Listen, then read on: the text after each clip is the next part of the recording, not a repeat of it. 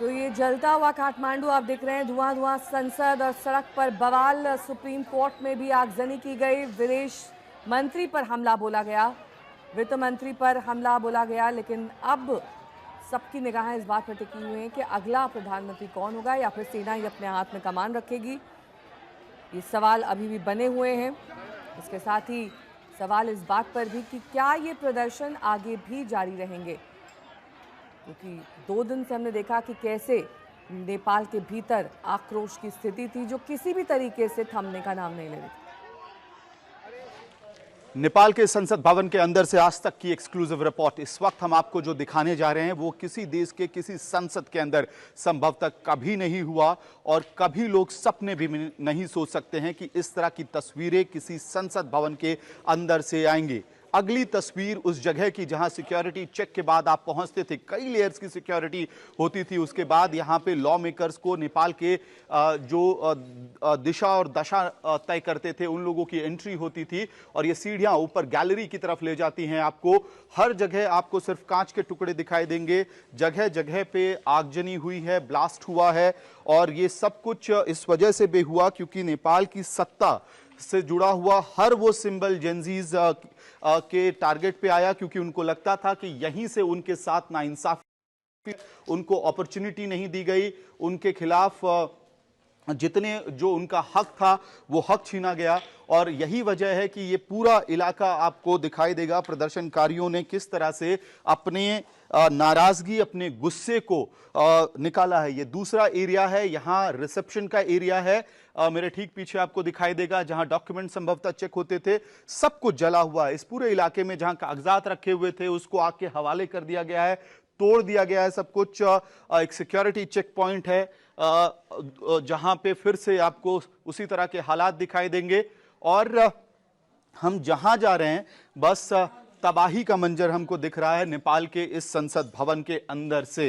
ये अलग अलग गेट्स हैं जिससे आप पार्लियामेंट के अंदर जाते थे और जहां कानून लिखा जाता था नेपाल का, आपको वो तस्वीरें दिखा रहे हैं। पहले दरवाजों को तोड़ा गया, फिर आग के हवाले किया गया। कुछ भी आपको ऐसी अपनी इंटैक्ट स्थिति में नहीं दिखाई देगा इस वक्त ग्राउंड जीरो पे।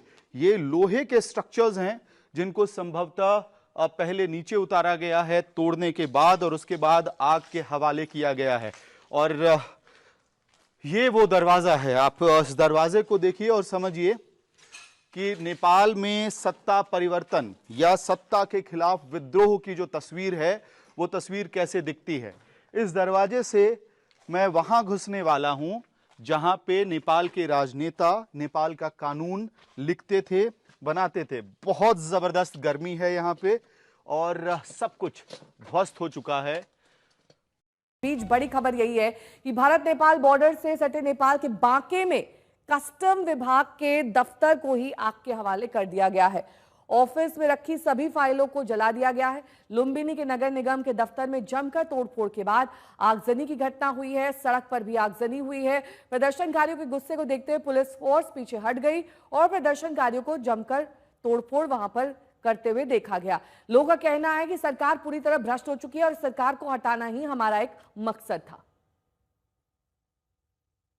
यहाँ पर सड़क को जाम कर दिया गया है और चारों तरफ से इसको आग के हवाले कर दिया गया है। यहाँ पर प्रदर्शनकारियों में गुस्सा है भ्रष्टाचार के खिलाफ, सरकार के खिलाफ। और यही वजह है कि ये पूरी जो तस्वीरें हैं वो बयां करती हैं कि किस कदर यहाँ पर जो यूथ है वो एकजुट होकर खड़ा हो गया है। ये जो मेन रास्ता है, यानी कि यहाँ पर से ये लुम्बिनी प्रदेश का ये रास्ता है और यहाँ से जो जगह है ये म्युनिसिपल कॉर्पोरेशन के बाहर की रोड है, मेन रोड है। और इसके जो हालात हैं आप देख सकते हैं कि जो यहाँ पर यूथ है वो सभी एक साथ एकजुट होकर आ गए और उन्होंने इस बात के हवाले किया है क्योंकि लगातार भ्रष्टाचार के खिलाफ हो या यहाँ पर जिस तरीके से उनकी अपील है कि जो इतने समय से चल रहा था उसको बंद करने की। चारों तरफ अगर आप तस्वीरें देखेंगे तो वो पाएंगे कि किस कदर यहाँ पर जो प्रदर्शनकारी हैं वो मौजूद हैं और वो इस समय लगातार इस चीज की मांग कर रहे हैं। फिर भले ही चाहे ओली का इस्तीफा हो गया हो, लेकिन इसके बावजूद भी आप देख सकते हैं कि अभी भी सभी मौजूद हैं। यूथ और युवा ये सभी चाहते हैं कि किस कदर जो भ्रष्टाचार फैला था उसका अंत हो, सरकार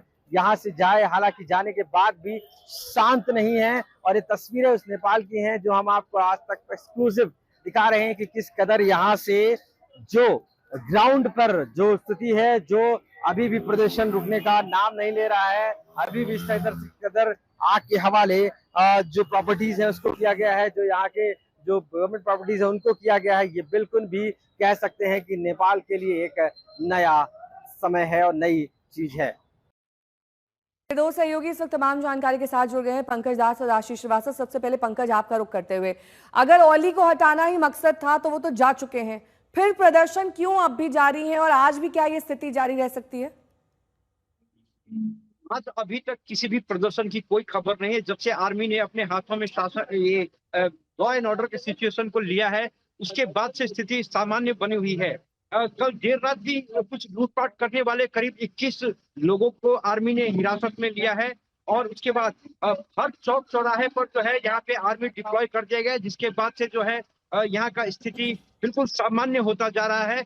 लोग सड़कों पर निकल रहे हैं धीरे धीरे। हालांकि आर्मी की तरफ से ये एडवाइजरी जारी किया है कि बहुत जरूरी ना हो तो लोग अपने घरों से न निकले इस समय। और कई दुकानें और बाजारें जो मुख्य शहर में थे वहां उनको अभी आर्मी ने कहा है कि अभी फिलहाल कुछ समय के लिए उनको बंद रखा जाए। जगह जगह पर आर्मी वाले जो है वो लोगों को समझा रहे हैं कि वो अपने घरों में फिलहाल सुरक्षित रहे। तो लॉ एंड ऑर्डर सिचुएशन को कंट्रोल करने का काम आर्मी की तरफ से किया जा रहा है और वो उसका असर दिख भी रहा है इस समय काठमांडू की शहरों पर। ठीक है पंकज, मैं लौटूंगी आपके पास। इस बीच आशीष मेरे सहयोगी जुड़े हैं। आशीष, जहां पर आपकी मौजूदगी है वहां की तस्वीरें क्या आप दिखा सकते हैं, और इसके अलावा क्या आज वहां पर शांति है या फिर माना जा रहा है कि थोड़ी देर बाद प्रदर्शन शुरू हो जाएगा, लोग एकत्रित होंगे? देखिए नेहा, मैं इस समय लुम्बिनी प्रदेश के ही नेपालगंज में हूँ, वही जगह पर। यहाँ पर आप देखिए जो कल के हालात थे वो इस तरीके से थे कि ये पूरा पुलिस चेक पोस्ट है उसको पूरी तरीके से तोड़ दिया गया था, डैमेज कर दिया गया है, जिसकी तस्वीर आप देख सकती हैं। ये रात की तस्वीर है और सुबह अब यहाँ पर इसके केवल अवशेष बचे हुए। ऐसे ही कई पुलिस जो बस स्टेशन है उनको तोड़ दिया गया है। अगर वो देखेंगे आप तो बोर्ड है वो सारे तोड़ दिए गए थे क्योंकि सरकारी संपत्ति। अब जो यहाँ के लोग हैं उन्होंने अपना जिम्मा उठाया है, जो प्रोटेस्ट कर रहे थे वही अब आगे आए हैं और साफ सफाई का जिम्मा ले रहे हैं, क्योंकि नगर पालिका को पूरी तरीके से जला दिया गया था। और उसके बाद अब खुद यहाँ के लोग जो है सामने निकल कर आए हैं कि अब अपने आप खुद इसको सही करेंगे। तो यानी माना जा रहा है कि कहीं ना कहीं जिम्मेदारी अपने हाथों में ले रहे हैं, क्योंकि आर्मी पूरे नेपाल में है और इस वजह से ना ही पुलिस है, ना ही नगर पालिका है, ना ही कोई सरकारी सिस्टम है अब इस समय, और सिर्फ जनता है और आर्मी है। और इस वजह से यहाँ की जनता जो है अपने आप खुद अपनी चीजों को सही करने की कोशिश कर रही है। हालांकि अभी टेंस माहौल तो है, लेकिन अब क्या आगे होना ये नहीं पता है। अब देखिए हमारे साथ ये मौजूद है, बताइए आप लोग, कल का बड़ा प्रदर्शन और फिर आज हाथों में झाड़ू लिए हैं, क्या वजह है? कल एक माहौल था परिवर्तन के लिए, ने आंदोलन किया था, उसकी वजह से पक्का फ्लड भी हो गया, मगर उसके बावजूद भी आंदोलन में स्वाभाविक है कुछ ऐसी घटनाएं हो जाती है। तो उससे जो आंदोलन के कारण से उत्पन्न जो आप और देख रहे हैं, देख रहे हैं। अब आप लोग क्या चाहते हैं? ऐसा है, हम लोग तो क्या चाहते हैं आगे। ठीक है, नेपाल में भड़की हिंसा एक और करप्शन और नेताओं के बच्चों की भी वजह से है, जिनको लेकर सोशल मीडिया पर hashtag nepo kid, nepo baby और politician nepo baby Nepal trend किया जा रहा था। यानी युवाओं का गुस्सा नेताओं के बच्चों की आलिशान लाइफ को लेकर था।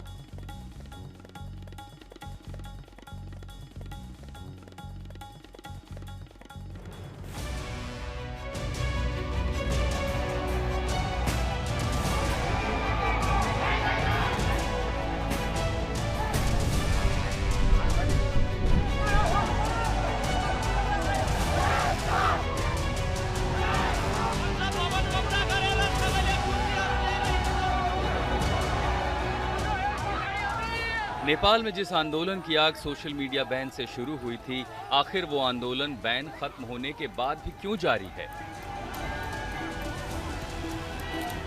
आखिर क्यों लगातार नेपाल जल रहा है? आखिर इस्तीफों के बाद अब ये जेन जी चाहते क्या हैं?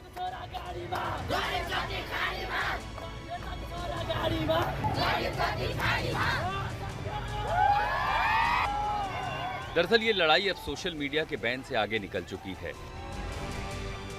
इसमें सरकार के भ्रष्टाचार को लेकर के गुस्सा है, नेताओं के बच्चों की आलिशान लाइफस्टाइल को लेकर के जनता में उबाल है।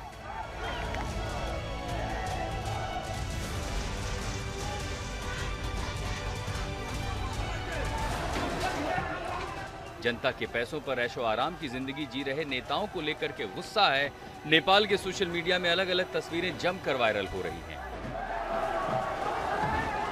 आंदोलन से पहले 5 और 6 सितंबर को सोशल मीडिया पर नेपो किड और नेपो चाइल्ड जैसे हैशटैग तेजी से वायरल होने लगे, जिसमें एक ओर नेताओं के बच्चों की आलीशान जिंदगियां दिखाई जा रही थी, तो वहीं दूसरी ओर जिंदगी जीने की बुनियादी जरूरतों के लिए संघर्ष करते आम नेपाली। विदेशों में पढ़ते नेताओं के बच्चों की तस्वीरें थी, तो वहीं नेपाल में 2 वक्त की रोटी के लिए तरस रहे आम लोगों की तस्वीरें। नेताओं की आलीशान जिंदगी, विदेशों की ट्रिप, महंगे कपड़े, महंगी घड़ियां, बैग, गाड़ियां, सब जेनजी के दिलों में चिंगारी बनकर सुलग रही थी। नेताओं और नेपो किड के हर सोशल मीडिया में साझा की जा रही तस्वीरें इस चिंगारी को हवा दे रही थी।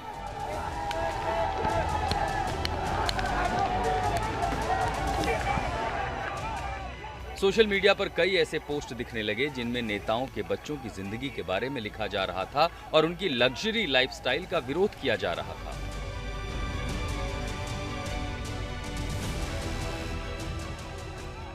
इस विरोध के चलते ही युवा सोशल मीडिया एक्टिविस्ट, इन्फ्लुएंसर और कुछ विपक्षी नेताओं ने 7 सितंबर को नो मोर करप्शन और वेकअप चैलेंज हैशटैग के जरिए प्रदर्शन किया। सवाल था कि जब आम जनता महंगाई, भ्रष्टाचार और रोजगार के लिए संघर्ष कर रही है, तो वहीं नेता और उनके बच्चे सोशल मीडिया में अपनी लाइफस्टाइल की तस्वीरें साझा कर रहे हैं। इस गुस्से पर सोशल मीडिया बैन ने चिंगारी में घी का काम किया और देखते ही देखते पूरा नेपाल जलने लगा। वीरगंज से रोहित कुमार सिंह के साथ अमित भारद्वाज और पंकज दास, काठमांडू, आज तक।